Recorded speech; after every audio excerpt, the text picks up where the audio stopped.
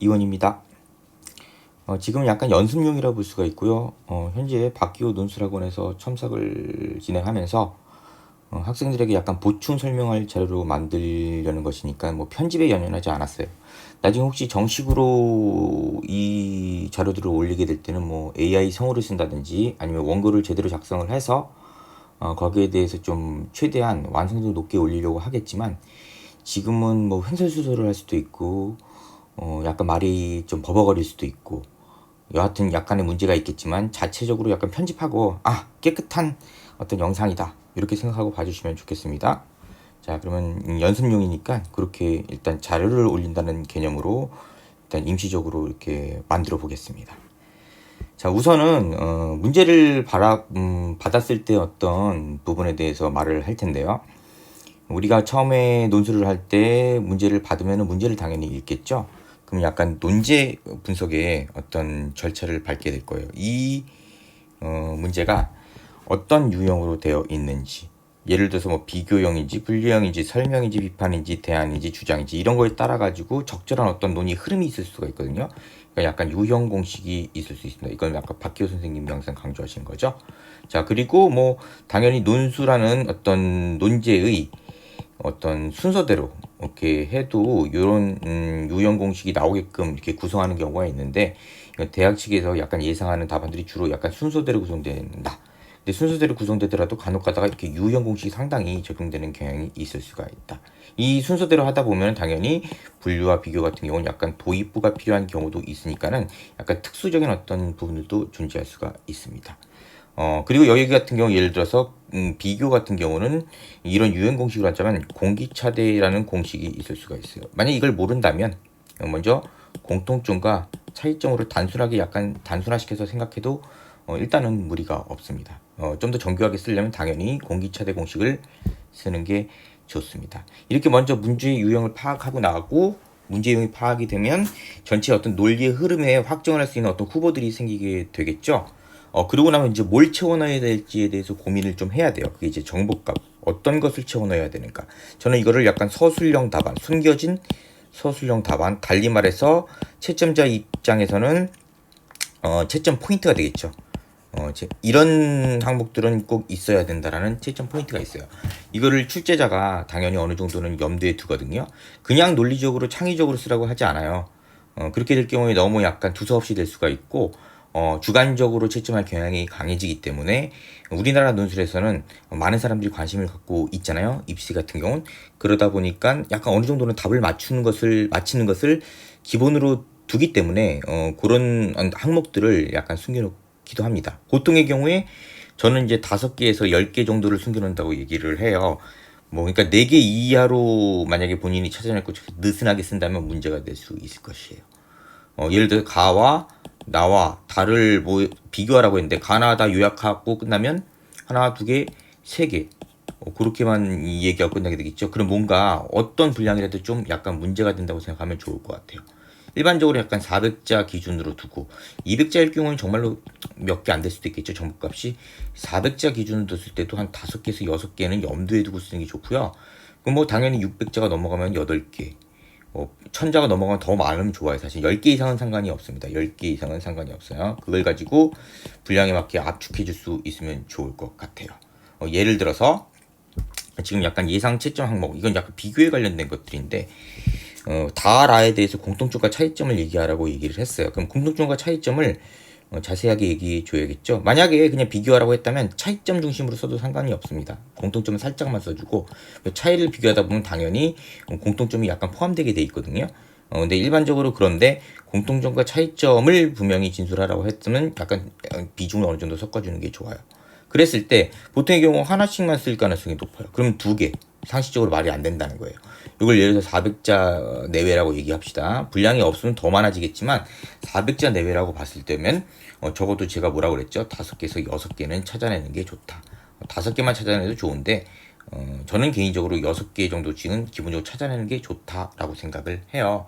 자, 그랬을 때 그냥 공통점과 차이점을 이 경우에는 예상 채점 항목으로 놓을 수 있었겠죠. 다른 것을 넣을 수도 있지만 가장 흔하게 생각할 수 있는 게 머리를 생각할 때 비교를 한다.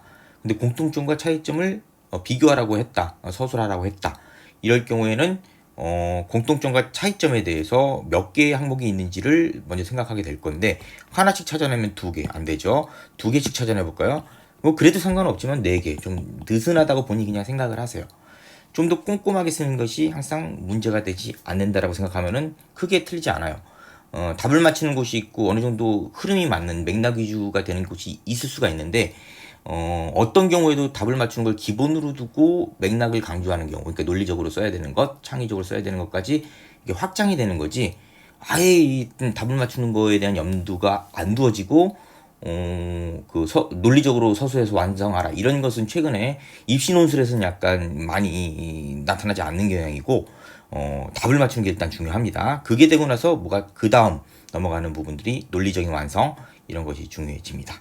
자, 그랬을 때 3개, 진짜 극단적으로 보면은 3개, 3개, 이렇게 6개, 아니면 더 많이 쓰면 4개도 되겠지만, 개인적으로 뭐 4개까지 둘 필요는 없을 것 같고요. 그냥 이건 개인적인 그냥 느낌이 400자니까 400자로 친다면, 만약에 더 넘어간다면 뭐 다른 부분이 있을 거예요. 아마 다른 어떤 문제가 더 요구 조건이 있든지, 본인이 보기에 4개가 보인다면 4개를 하세요. 그런데 만약에 일반적으로 그냥 그걸 모르겠다 그러면은 최소한 3개를 찾아내고, 3개를 찾아내면 6개죠. 400자 정도면은 요 정도는 찾아내려고 노력했을 때 크게 무리가 없고 웬만하면 걸리겠구나. 물론 3개를 썼는데 운이 나쁘게 채점자가, 출제자가 원했던 그 채점 기준의 항목이 아닐 수도 있어요. 그렇더라도, 이렇게 틀리더라도, 물론 틀린 경우도 많겠지만, 그렇게 틀리더라도 이렇게 찾아내는 노력을 한 다음에 틀린 건 괜찮아요. 어느 순간에 맞아 들어가면은 이런 경우가 맞는데, 본인이 헐겁게 처음부터 쓰는 연습을 하면은 한 개씩 찾아내면 아무리 잘 써도 어떻죠? 늘어지고, 그리고 분명히 여기서 2개, 아니면 만약에 5개밖에 채점 항목이 없다 하더라도 3개는 빠뜨리게 돼 있는 거죠. 이런 방식의 습관은 굉장히 안 좋습니다. 그러니까 먼저 봤을 때 1단계 논제 분석에서는 유형 파악을 해주고 전체 논리 흐름을 확정하고 정보값 개수를 정하는데, 그것은 보통 5개에서 10개 정도를 예상하고 접수를 하면 된다 라고 생각하면 좋을 것 같습니다. 그런 다음에 이제 분량 기호를 확정을 하겠죠. 400자니까 어떻게 되겠어요? 예를 들어서 6개로 본다면 68에서 67에 42, 420자, 70자 정도 쓰면 좋겠죠. 그건 어떤 느낌이냐면은 50자에서 80자가 한 문장, 50자에서 60자 권장사항, 약간 긴 정도의 느낌으로 쓰면은 상관이 없겠네요. 또 서술형 답안은 보통의 경우, 항상 그런 거 아니에요. 더 짧을 수도 있고 약간 더 길어질 수도 있겠지만, 보통 서술형 답안을 요구하는 맥락이 80자에서 120자를 보았을 때도 크게 무리가 없다라고 판단하고, 그럼 이거는 독해를 할 때 최소 내가 3개씩은 잡아내려고 노력해야 되는구나, 공통점과 차이점을요. 이런 기준을 가지고 집요하게 찾아내야 합니다. 만약에 이 정도를 못 찾아냈다면 내가 독해를 덜 했구나라고 생각하면 그렇게 틀리지 않아요, 그게. 자, 그런 약간 꼼꼼함이 필요하고, 꼼꼼함이 된 다음에 글을 잘 쓰는 거예요. 그 꼼꼼함이 된 다음에 어느 부분의 논지에 따라서 강조점을 두고 그것을 글을 매끄럽게 잘 쓰느냐, 이렇게 될 경우, 이게 될 경우에는 어느 대학을 가도 크게 어긋남은 없을 겁니다. 자, 그렇게 해서 이렇게 분량기호를 확정할 수가 있는데, 이때 분량기호는 뭐 나중에도 더 자세하게 얘기할 수도 있겠지만, 6개를 그냥 기계적으로 400자로 나눠주는 경우도 있을 수 있는데, 만약에 약간 비대칭이 될 수도 있어요.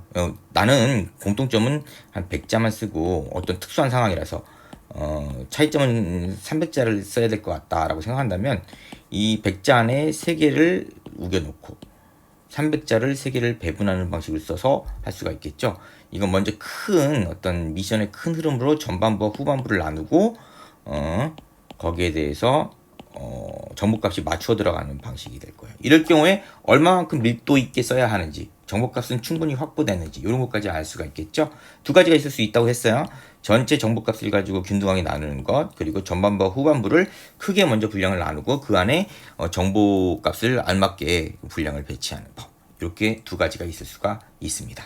자, 그리고 요게 끝나면 당연히 방금 전에 말한 것처럼 1단계 예상 채점 항목을 한번 잡아보세요. 지금까지 했었죠? 그걸 이런 식으로 잡은 거예요. 예상 채점 항목, 공통점 써야 하고 차이점을 써야 하는데, 그것을 3개씩은 찾아내겠다, 3개씩은 찾아내겠다. 정보의 성격이 정해졌죠. 공통점 3개, 차이점 3개를 잡아내겠다, 이렇게 생각하고 들어가면 되겠습니다.